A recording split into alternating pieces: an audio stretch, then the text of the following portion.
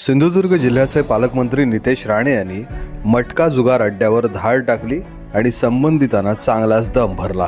सिंधुदुर्गचा मी पालकमंत्री आहे, असले धंदे चालू देणार नाही असंही त्यांनी सांगितलं।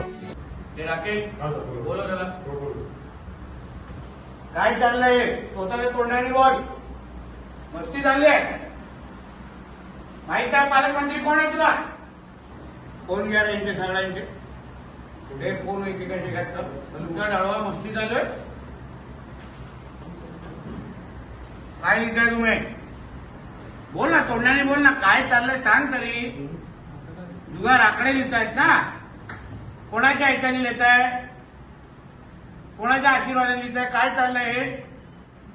पुढची पिढी बात करताय माझी इकडे। काय करायचं तरुण मुलांनी? तुमच्याकडे मटका जुगार आणि आकडे लावून बसायचे।